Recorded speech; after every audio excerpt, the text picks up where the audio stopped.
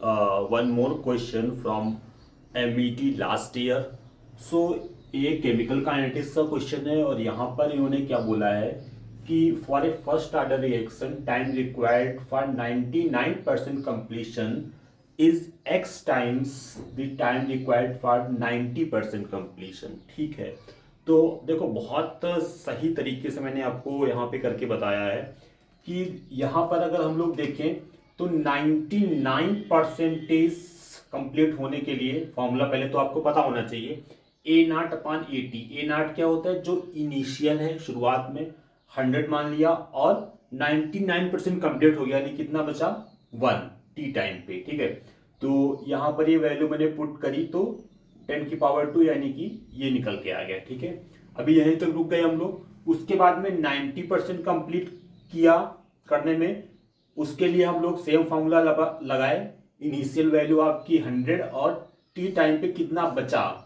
तो 10 बचा होगा भाई. 90% तो कंज्यूम हो गया, तो ये वैल्यू आएगी log 100/10. 10 तो ये आ जाएगी. ठीक है, अब आप देखो अगर इसको हम कुछ मान लें, लेट से x मान लेते हैं, या x मत मानो क्योंकि x वहां यूज हुआ, तो इसको a मान लेते हैं. तो यहाँ पे अगर आप पुट करोगे तो 99% लगने में क्या होगा? 2a टाइम लगेगा, है ना, ये डबल टाइम लगेगा, यानी x की वैल्यू इस क्वेश्चन के लिए क्या आ जाएगी? 2 आ जाएगी. केमिकल काइनेटिक्स में फर्स्ट ऑर्डर के लिए बहुत सारे मतलब क्वेश्चंस बनते हैं इस टाइप के. तो थोड़ा सा मैं आपको और बता देता हूँ. लेट से कि वो आपको बोलते हैं कि 99.9 बोलते हैं. ठीक है, तो अगर इतना आपका कंज्यूम होना है तो इसी फॉर्मूले में लगा के थोड़ा सा देखते हैं.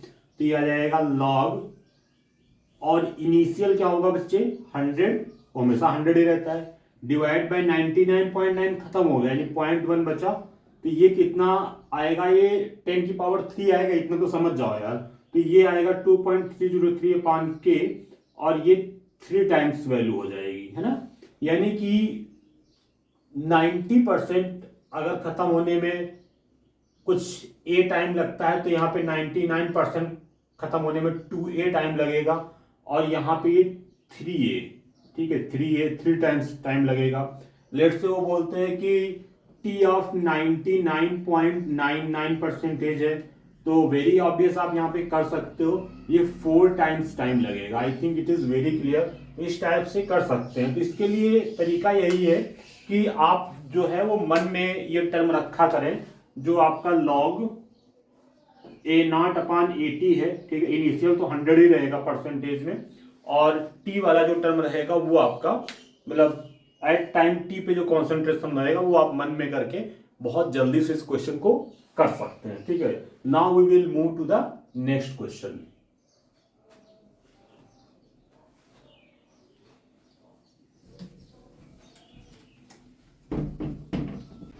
Let's see this question from organic chemistry. तो यहाँ पे बहुत ही सिंपल सी रिएक्शन है. ये CH3Br है ना. ये रिएक्शन में आपका CH3Cn बन जाएगा.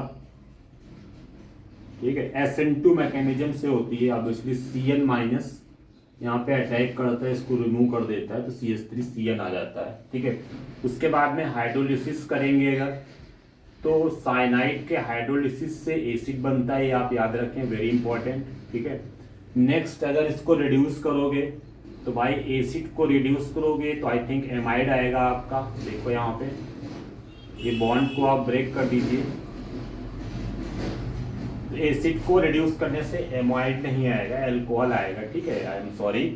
ये CH3CHO आएगा, फर्दर रिड्यूस करेगा क्योंकि स्ट्रांग रिड्यूसिंग एजेंट है, तो CH3CH2OH आ जाएगा, ethyl alcohol. So answer will be ethyl alcohol last part. One more question from electrochemistry.